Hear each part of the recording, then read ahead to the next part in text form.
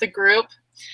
So if you guys want to pull up the discussion prep discussion leader only page, and then there's 1, 2, 3, 4, 5 different topics. If you want to just choose from one of those, I can read them out loud, but I feel like it's easier when you like see the different options. All right, let me get to it. I'll do the last one, the workplace, dating, and relationships. Okay. I'll do divorce family issues because I've got a good example about that one. Perfect. Graham? Hold on, sorry, I wasn't there yet. You're good. I can do the substance abuse, that's fine. Okay. And then I'll also do the substance abuse. Okay. So ask the group to share your own experiences and just trying to answer how this issue impacted the workplace. And then think about how you would address this issue in the workplace. So I don't know if you guys need time. Do you guys need time to think of your story or what? I can start with mine, and then you guys, that'll give you guys a few minutes if you want. Yeah. Okay, so when I started as the general manager at the water district, it's really small. There's just one office person and then 3 field guys and then our part-time fire chief and assistant chief. So one of the field guys for the water and sewer, he was going through a divorce. And it was funny because I talked to the other 2 guys. With 3 guys, I mean, they all have to work with each other. And so if there's something going on with one of them, it affects everybody, affects all the work. This guy happened to be kind of, as I found out later on, he's kind of the weak link. I have the guy that's been here like 20 years. He's pretty good, but you know, if the other 2 guys don't want to work or whatever, he'll go along with them. He just kind of goes along with whatever most of the guys want to do. And then there's another guy that's just a really good worker and hard worker. And then the other guy was, you know, looking for any excuse to take a break and always complaining, always questioning policies and things like that. But anyway, so it was that guy that had was going through a divorce. The other 2 guys, they told me that, oh, he's much better to work with now that he's divorced, because I guess he was so unhappy with his wife. But they had a little kid, and and it's like, you know, I'd come into the office and he'd be in talking to the office lady and just complaining about how horrible his wife was and she's doing this and doing that. And you know, I'd have to tell him to go get to work. And, you know, she was just being polite, listening to him, but he would seriously just waste everybody's time. I would say every single day, giving them updates on what was happening with this. And then, you know, we'd catch him on his phone talking to his attorney. He was always having to take time off to go to court or do all these things. And it was just really disruptive. And then, I don't know, it was a little bit after that, he found another girlfriend, moved in with her, but then he moved in. When he moved in with her, he moved out of the district, which is against the district policy because he has to be on call for emergencies. And he said he was living with his mom in the district, and just a lot of stuff going on. But fortunately, he kind of self-selected because we were going to kind of go after him for violating district policy because I didn't really want him around. He wasn't an asset at all.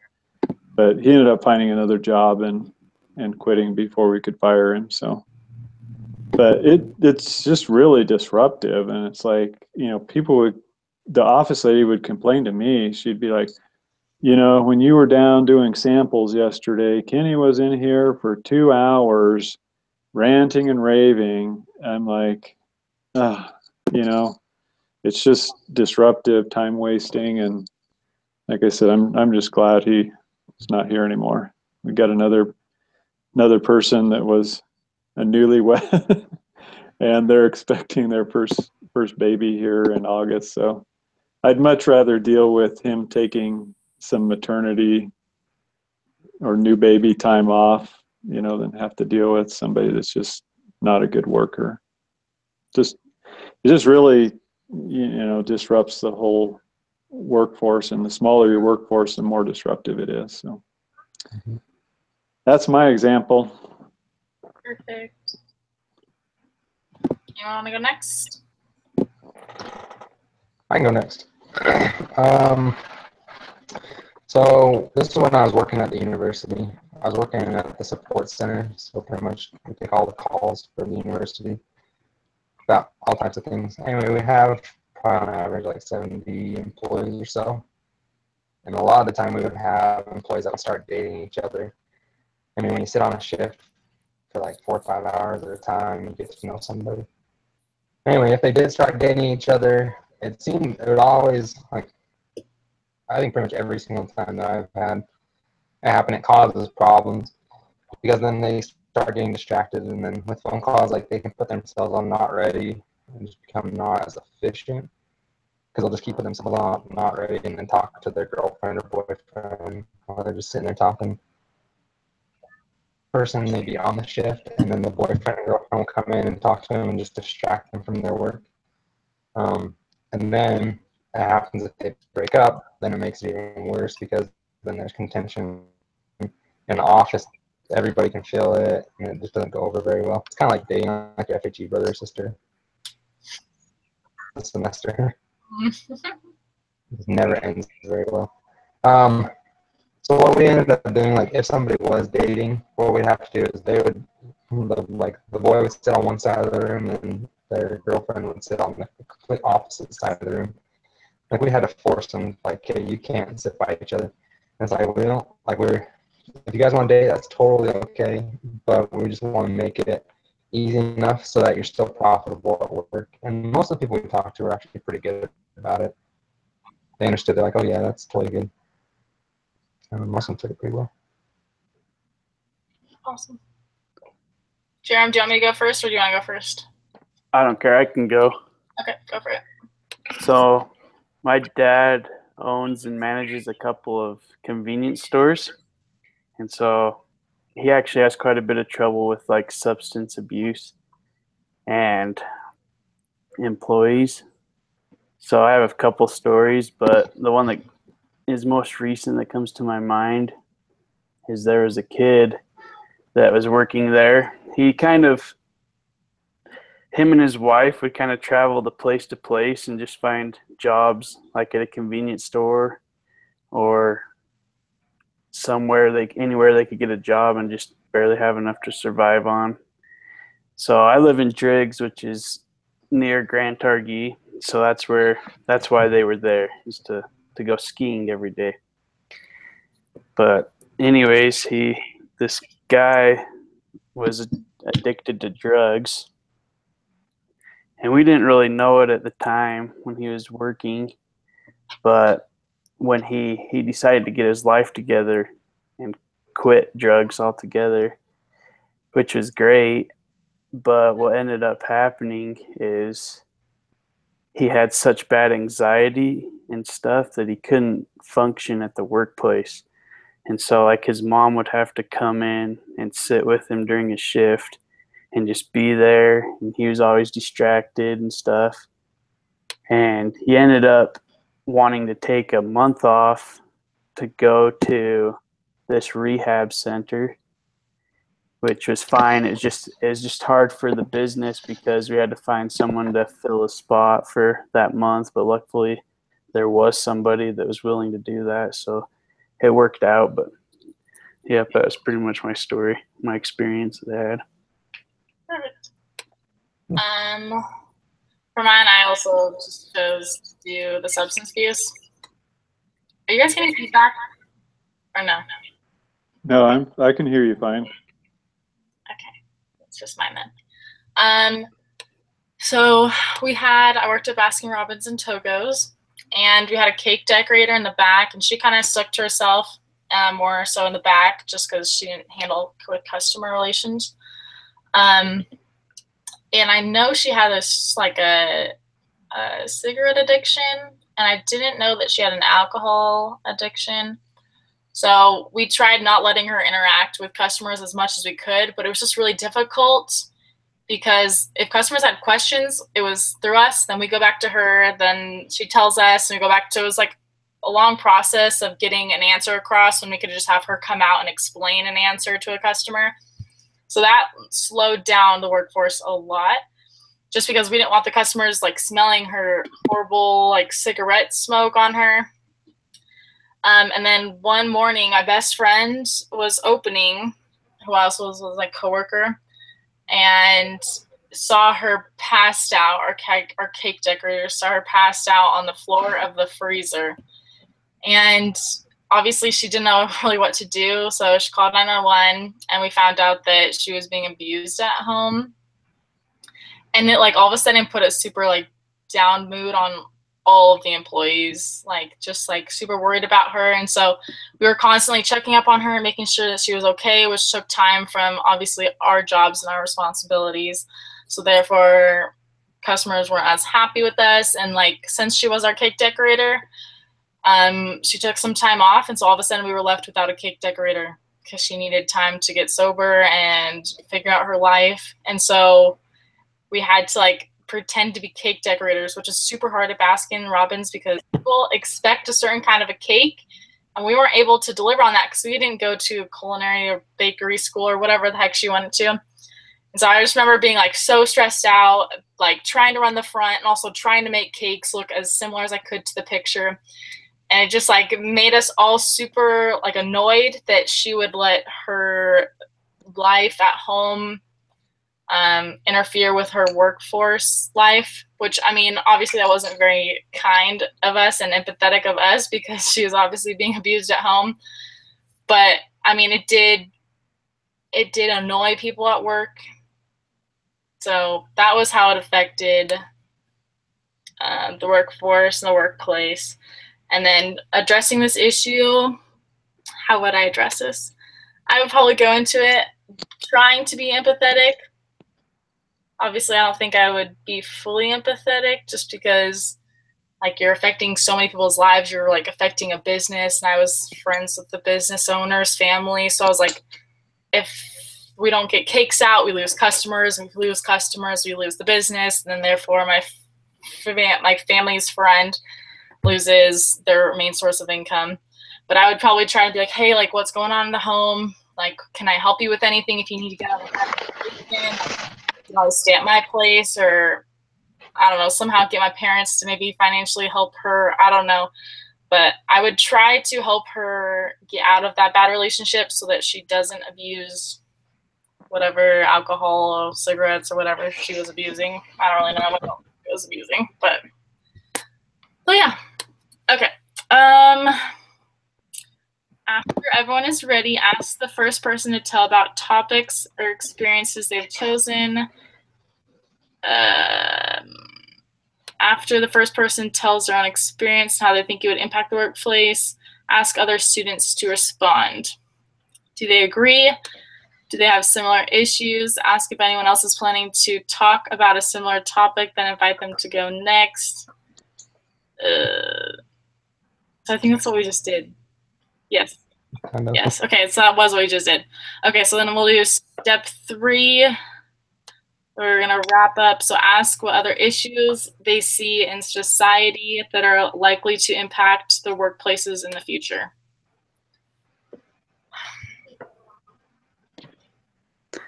Just like go ahead. I was just going to say, just like that article we read about people being flexible with being at work and at home. I see that being a problem in the future just because people are becoming more and more wanting to be more and more free, I guess, not tied down by a job.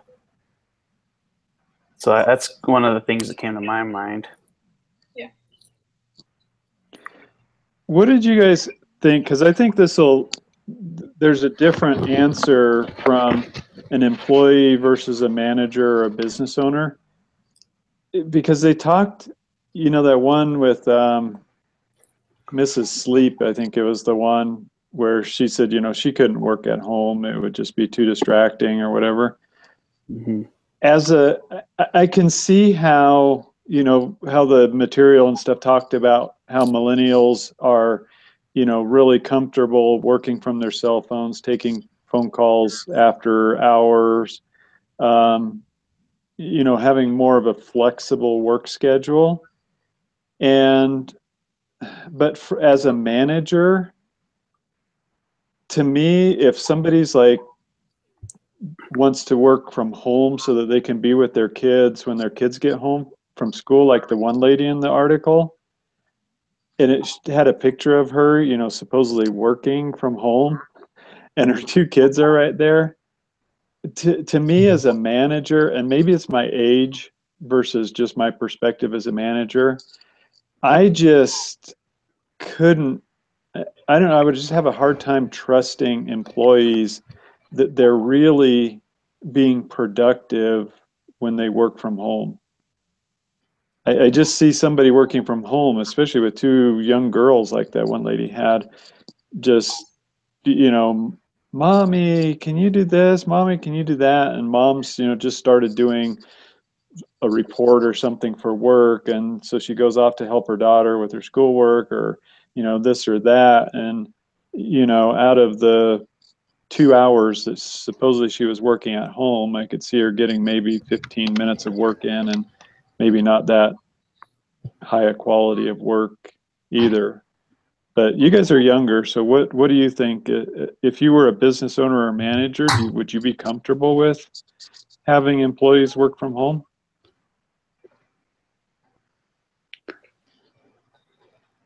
I don't know.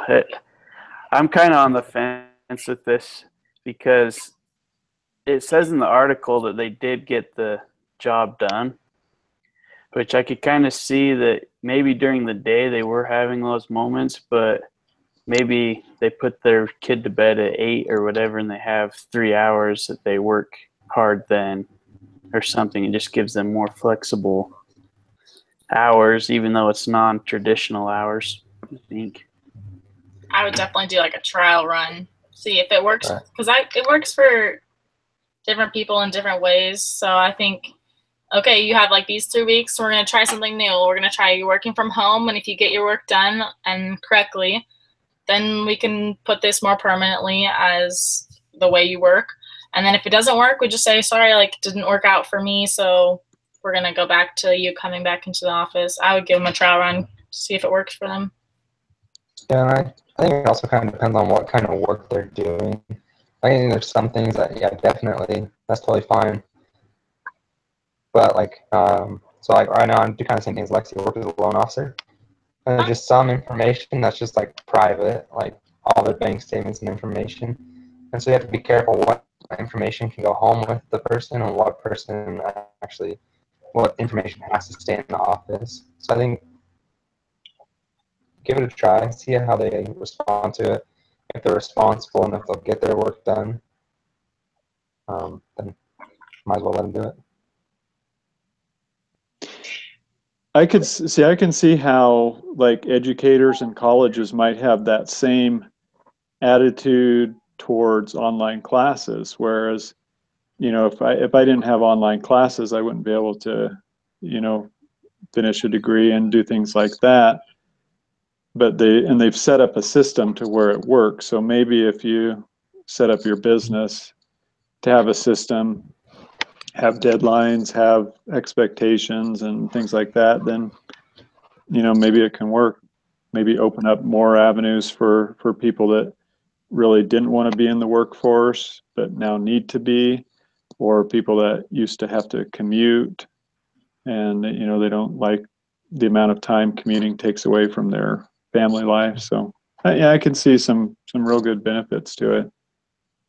I think you're going along with those deadlines. Like if the lady that has kids that keep bugging her, if she's not going to end up meeting those deadlines. So at least for me as an employee, like I would say I have to change something because I'm not being able to get the work done.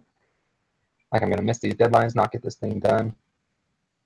So I wouldn't, I mean, that's why the lady said she can work from home. Maybe she's in the same situation. She just knows if she's at home, it's not going to get done. So as an employer, just make sure that you stick to the deadlines and maybe they'll just kind of govern themselves. I'm just worried about the people that aren't real responsible and they True. like, work from home. They just watch TV all day and then they just rush and get their projects or whatever done in the last hour, and it's not very good quality work or whatever. Yeah, I could definitely see that happening too. Okay. Last question. How do you think the workplace will change in the next 10 years?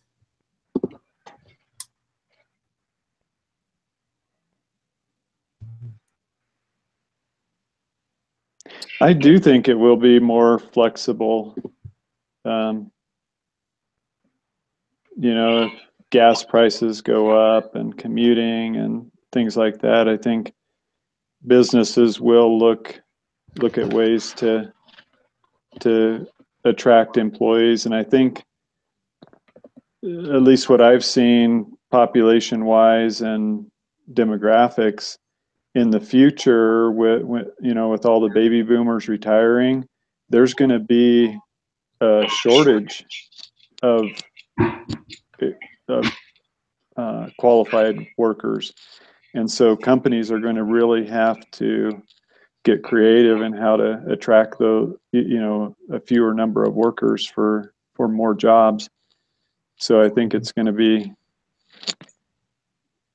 the two things I think will do that. I think companies will figure out how to automate processes or computerize processes so that they need fewer people, or they'll be able to figure out ways to make the fewer people more productive, either through flexible working or just computer systems and things that are more efficient. Yeah, I agree with the automated things, because I mean, if we look back, people used to pump your gas for you, like someone was literally there, pump your gas. And now we've moved away from that, and I think there's going to be a lot less human interaction. I think people are like, oh, I'm too busy to talk to a human, I can't do that, just let me do it online, let me do it on my email, let me do it on eBranch or whatever. So I think it's going to be a lot less and more human interaction and a lot more technology based. I actually had a business idea for an automated grocery store where it was just kind of like a big warehouse and everything was just automated. All they needed was some workers to, feed the different packages of food into the system. And then you could just have an app on your phone and you just do your grocery list, purchase it, and then you could just either have it delivered or swing by the store and it would just sort everything and just put your order together and you either pick it up or have it delivered. I seen a video the other day of something like that, but that he was in his car, and so he just pulled up on the long side of the road, and they had like the grocery store kind of front, and he would just choose the things that he wanted. It would fall down, go down a conveyor belt, and then there was a clerk that would ring it all up and give it to him in bags. So That's crazy. yeah. It's kind of funny if you guys have ever worked at a Bishop storehouse, that's kind of what they do, but they do it all manually.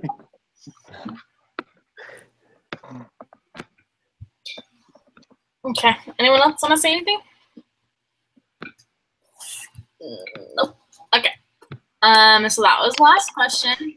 Do you want to talk about the DVDs? Right? That's due next week?